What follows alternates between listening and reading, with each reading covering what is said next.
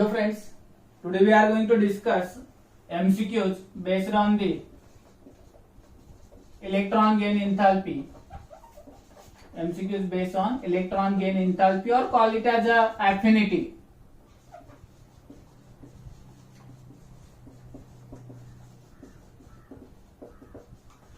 So we are going to discuss MCQs. Last time concept पाहिलेला आहे आपण last lecture मध्ये. This is the first MCQ. The correct order of electron affinity is.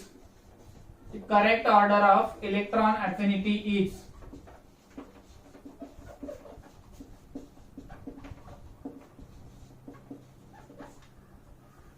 First one, beryllium, boron, carbon, nitrogen. Second option, beryllium, nitrogen, boron, carbon.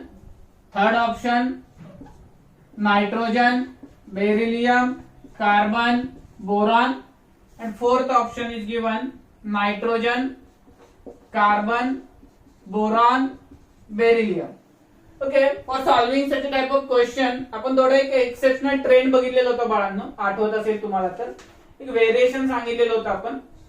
आपल्याकडे नेहमीचा जो आपण group period आहे तो मांडून घेऊयात. Lithium, beryllium, boron, carbon, nitrogen, oxygen, fluorine आणि neon. आपला नेहमीचा जो सेकंड पिरियड आहे तो आपण या ठिकाणी मांडलेला आहे. त्याचे कॉन्फिगरेशन्स बघा, हा 1s1 आहे, 1s2 आहे, 2p1, 2p2, 2p3, 2p4, 2p5 and 2p6. तर इलेक्ट्रॉनिक कॉन्फिगरेशन्स आपण या ठिकाणी मांडलेले आहेत. आता यानंतर बाळांनो जे एक्सेप्शनल ट्रेंड होते ते बघूयात. आपण काय म्हणलेलं होतं, जे स्टेबल कॉन्फिगरेशन्स आहेत त्यांच्या व्हॅल्यू फार कमी असतात. त्याच्यातले जे कम्प्लिटली फील्ड जो आहे तो जास्त स्टेबल असतो 2p6 आणि 1s2. त्यातल्या 2p6 सगळ्यात कमी, देन 1s2 म्हणजे बेरिलियम आणि देन हाफ फील्ड असा ट्रेंड सांगितलेला होता आपण. त्यानंतर एक चेंज सांगितलेला होता, 1s1 जास्त असते कोणापेक्षा, 2p1 पेक्षा. त्यामुळे बोरॉन येणार आणि नंतर लिथियम येणार. देन ऍज युजुअल राहिलेले एलिमेंट्स कोण आहेत, 2p2 म्हणजे कार्बन, देन 2p4 म्हणजे ऑक्सिजन, देन फ्लोरीन. मग आता आपल्याकडे दिलेला जो नॉर्मल एक्सेप्शनल ट्रेंड आहे तो जर आपण या ठिकाणी व्यवस्थित मांडून घेतला तर आता आपल्याला दिलेले एलिमेंट कुठले आहेत बघा, बेरिलियम, बोरॉन, कार्बन, नायट्रोजन. तर काय क्रम येईल बघा, आपल्याकडे असणाऱ्या 4 एलिमेंटचे इन्क्रीजिंग ऑर्डर दिलेली आहे. बेरिलियम पेक्षा नायट्रोजन जास्त, बेरिलियम पेक्षा नायट्रोजन जास्त, त्याच्यापेक्षा बोरॉन जास्त आणि त्यानंतर कार्बन जास्त. So will get direct answer. Option second is the correct choice. Because काय झालेलं आहे बाळांनो, या ठिकाणी जो एक्सेप्शनल ट्रेंड दिलेला होता तो एक्सेप्शनल ट्रेंड आपण या ठिकाणी मांडला. तो मांडल्यानंतर काय लक्षात आलं आपल्या, neon, beryllium, nitrogen, boron, lithium, carbon, oxygen, fluorine या मॅनर मध्ये काय होत जाते, इलेक्ट्रॉन गेन एन्थाल्पीची व्हॅल्यू इन्क्रीज होत जाते. ठीक आहे. आता याच्यानंतर सेकंड क्वेश्चन बघूयात आपण. In the formation of chloride ion,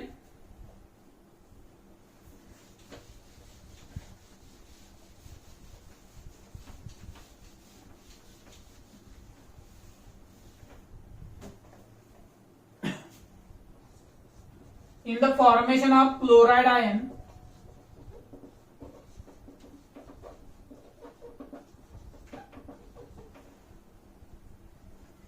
from an isolated gaseous chlorine atom, from an isolated gaseous chlorine atom,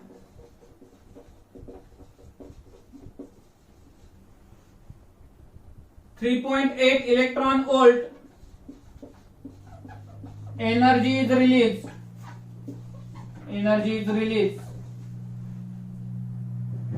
which would be equal to,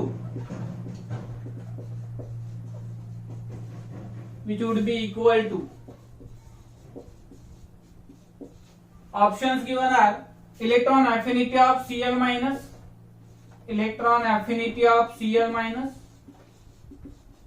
option 2 ionization potential of Cl, ionization potential of Cl.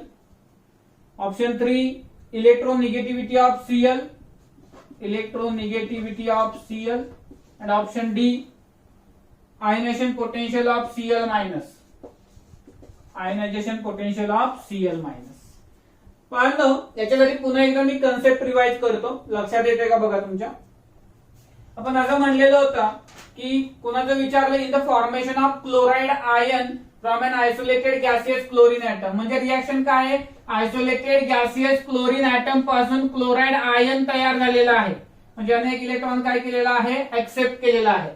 आता हा chloride ion तयार होत असताना ही जी प्रक्रिया आहे forward reaction जी आहे बाळांनो ती कोणती आहे रे, तर फॉरवर्ड रिएक्शन ही आहे electron gain enthalpy of, electron gain enthalpy किंवा electron affinity of Cl, neutral atom Cl ची इलेक्ट्रॉन अफिनिटी आहे.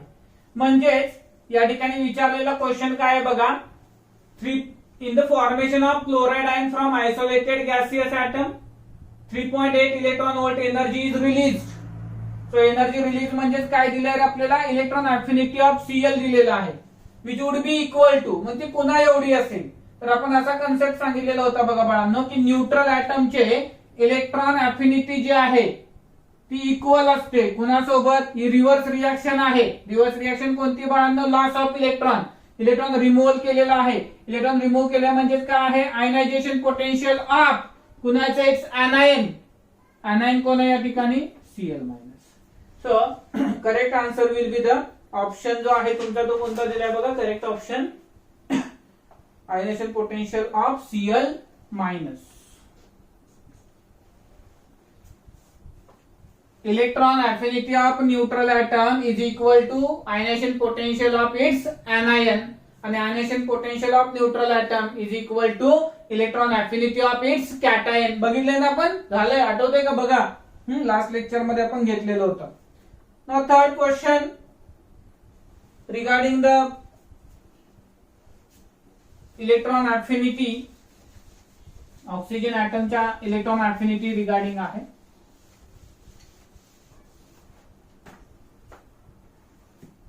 Oxygen gaseous plus 2e minus gives oxygen 2 minus gaseous. Delta H, that is electron gain enthalpy, is equal to 603 kilojoule per mole. The positive value of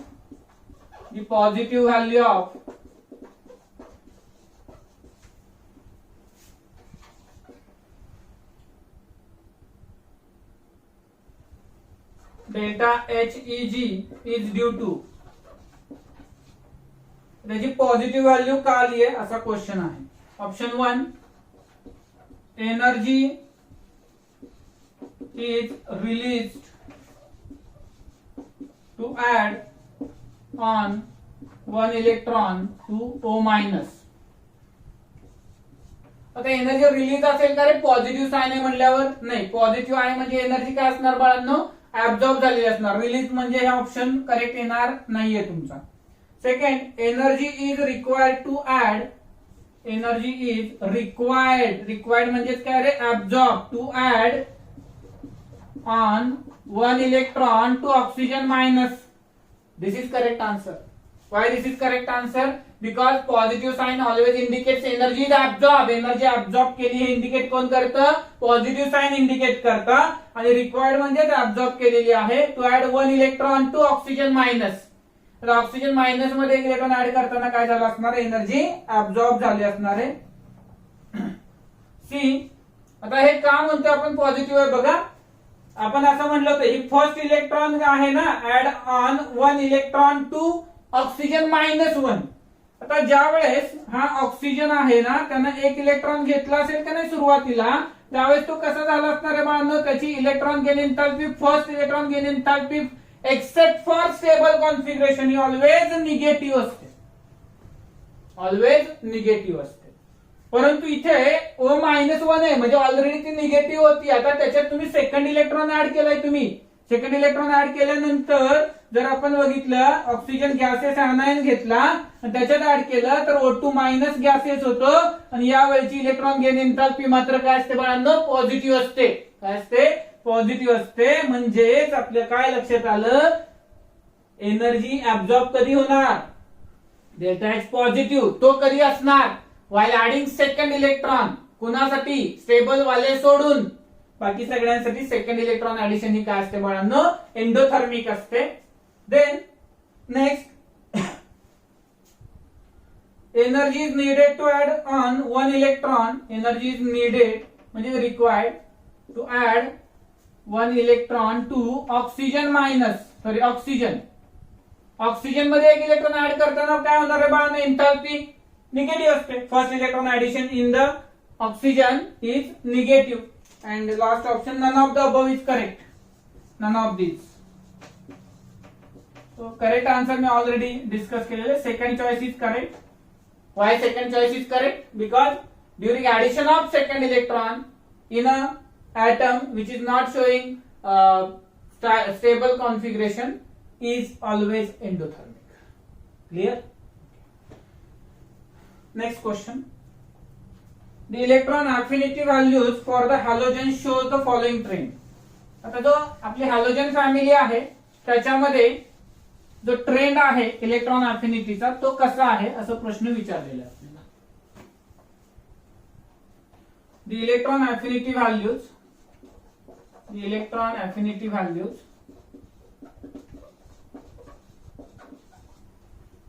for the halogen shows the following trend. कुठला trend तो follow करतोय असा question आहे. Option 1 chlorine greater than fluorine greater than bromine greater than iodine. Option 2 fluorine chlorine bromine iodine इकडे वाढत जाते.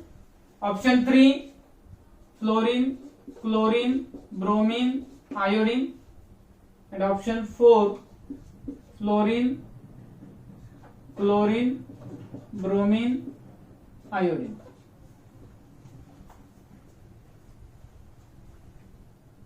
आता याच्यामध्ये आपल्याला जे ते आपण थोडं काय करूयात,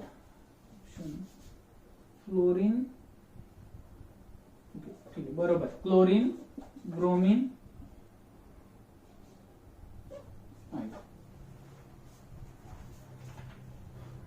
आता यासाठी आपण आर्टिकल बघितलेलं होतं. ते आर्टिकल कोणतं बघा, आपल्याकडे हा ग्रुप असा आहे फिरकल बाहेर आएगी ऑटो. ओके, तर याच्यामध्ये आपण असं म्हणलेलं होतं की हा सेकंड पिरियड आहे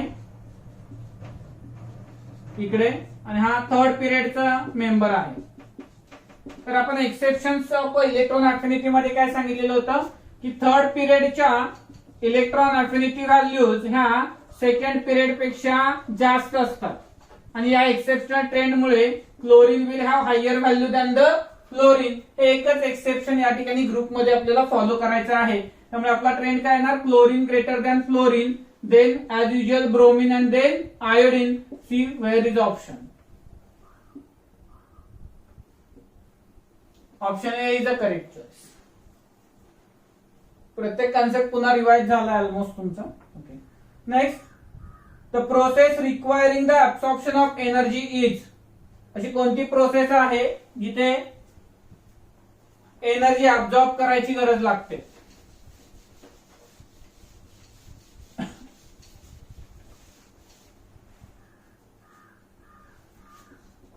The process that requires absorption of energy is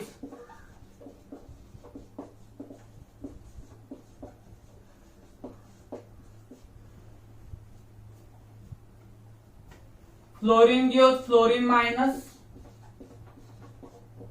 chlorine gives chlorine minus,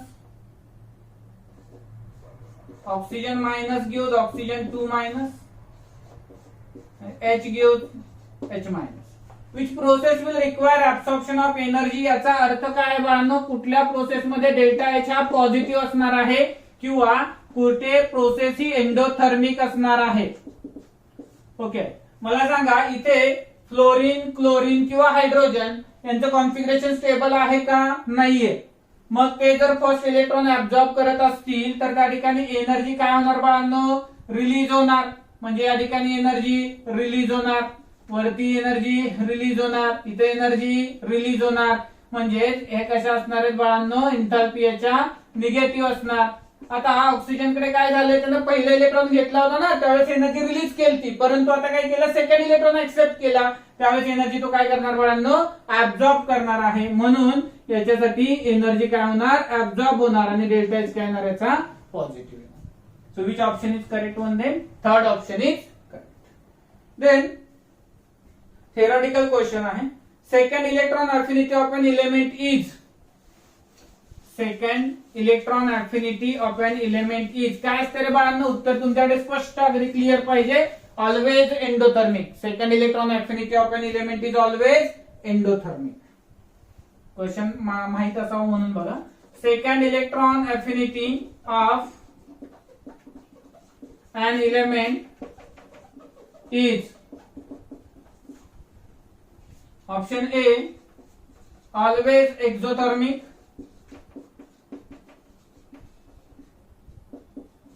option B endothermic for few elements, endothermic for few elements, option C exothermic for few elements,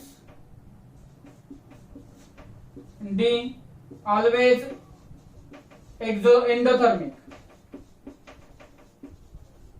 I think direct statement is given there in a article की जी second electron affinity आहे ती बाळांनो काय असणार आहे, त्याची always endothermic असणार आहे. काही डाऊट आहे का बघा बाळांनो क्वेश्चन्स मध्ये इथपर्यंतच्या.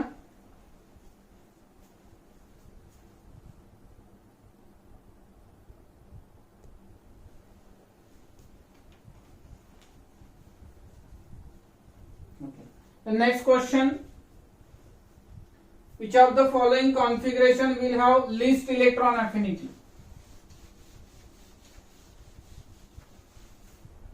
सगळ्यात कमी इलेक्ट्रॉन अफिनिटी कुठल्या कॉन्फिगरेशनची असेल? Which of the following configuration will have least electron affinity? पुढील पैकी कोणत्या कॉन्फिगरेशनची इलेक्ट्रॉन अफिनिटी व्हॅल्यू ही खूप कमी असेल? पहिला ऑप्शन आहे NH2NP5, ऑप्शन सेकंड आहे NH2NP2, ऑप्शन थर्ड आहे NH2NP3, ऑप्शन 4 आहे NH2NP4. तर बाळांनो याच्यामध्ये आपल्याला उत्तर शोधणं फार सोपं आहे, ज्याचं कॉन्फिगरेशन स्टेबल आहे. स्टेबल कॉन्फिगरेशन P5 आहे का, नाही. P2 आहे का, नाही. P3 आहे का, आहे. P4 आहे का, नाहीये. तर स्टेबल कॉन्फिगरेशन ज्याचं येणार त्याची इलेक्ट्रॉन अफिनिटीची व्हॅल्यू मिनिमम असणार. Then which of the following will have the most negative electron gain enthalpy? Which of the following will have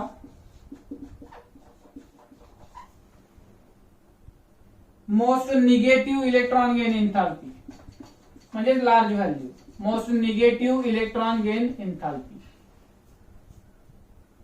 and which the least negative, and which the least negative. हे दोन आहेत, एक जास्त असणारी पहिली value आहे आणि कमी असणारी व्हॅल्यू, असे दोन ऑप्शन शोधायचे तुम्हाला. पहिला ऑप्शन आहे फ्लोरीन क्लोरीन, दुसरा ऑप्शन आहे क्लोरीन फ्लोरीन, तिसरा ऑप्शन आहे क्लोरीन सल्फर, आणि चौथा ऑप्शन आहे क्लोरीन फॉस्फरस. पहिल्याची सगळ्यात जास्त पाहिजे आणि दुसऱ्याची सगळ्यात कमी पाहिजे. पहिल्याची सगळ्यात जास्त, आता सगळ्यात मोस्ट इलेक्ट्रॉन गेन एन्थाल्पी असणारा एलिमेंट कोणता आहे पिरियडिक टेबल मध्ये, लेफ्ट टू राईट इन्क्रीज होते, त्यामुळे फ्लोरीन असायला पाहिजे होता, परंतु फ्लोरीन सेकंड पिरियड मधला एलिमेंट आहे, त्याच्यानंतर थर्ड पिरियड मधला क्लोरीन आहे. थर्ड पिरियडच्या इलेक्ट्रॉन अफिनिटी जास्त असतात सेकंड पिरियड पेक्षा, त्यामुळे फ्लोरीन पेक्षा क्लोरीन सगळ्यात जास्त. सो क्लोरीन सगळ्यात जास्त, असे तीन ऑप्शन्स आहेत. ओके, मग त्यानंतर सगळ्यात कमी कुणाची येईल, फ्लोरीन सल्फर की फॉस्फरस? फ्लोरीनचं जे कॉन्फिगरेशन आहे ते P5 आहे, सल्फरचं P4 आहे, फॉस्फरसचं P3 कॉन्फिगरेशन आहे. कुणाचं येणार बाळांनो, कमी कुणाचं येणार सगळ्यात? फॉस्फरस. कारण काय, ज्याचं स्टेबल कॉन्फिगरेशन असते त्याची सगळ्यात कमी असते. So option D is a correct choice. Last question बाळांनो,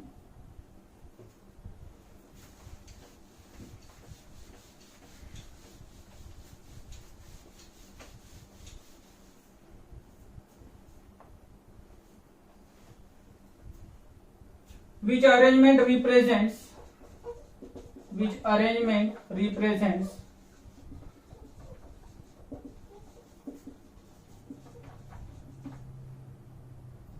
the correct order of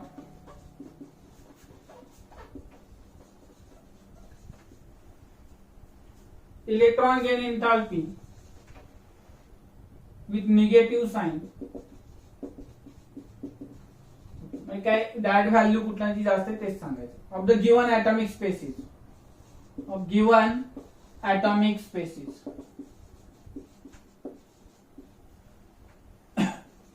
option 1 sulphur पेक्षा ऑक्सिजन पेक्षा क्लोरीन पेक्षा फ्लोरीन, क्लोरीन पेक्षा फ्लोरीन असतो का रे जास्त? Wrong option. Option second oxygen पेक्षा सल्फर, सल्फर पेक्षा फ्लोरीन, फ्लोरीन पेक्षा क्लोरीन, क्लोरीन पेक्षा फ्लोरीन असतो का? यस, करेक्ट आहे. आणि इकडे ह्या ट्रेंड कसा आहे बघा, इकडे आपण ठीक आहे एक मिनिट डिस्कस करूया. Third option chlorine, fluorine, sulphur, oxygen हा तर येऊ शकत नाही कारण क्लोरीनची सगळ्यात जास्त आहे पिरियोडिक टेबल मध्ये. Fourth one fluorine, chlorine, oxygen, sulphur. तर यार इथं फक्त एक तुम्हाला क्लोरीन माहित असेल ना तरी आन्सर येऊन जाते तुमचं. क्लोरीनचा कमी नाही, सगळ्यात जास्त असतो. So this also wrong one.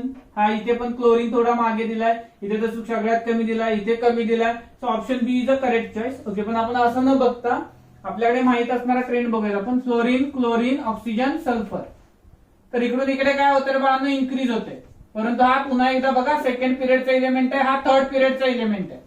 तर थर्ड पिरियडची जास्त असते सेकंड पिरियड पेक्षा, इकडून इकडे वाढते म्हणजे यांची जास्त असणार आहे. यात जास्त असणार क्लोरीन, नंतर फ्लोरीन, पुन्हा इकडे ऑक्सिजन सल्फर मध्ये हा सेकंड पिरियड, हा थर्ड पिरियड म्हणजे जास्त कुणाचे असणार? Sulphur then oxygen.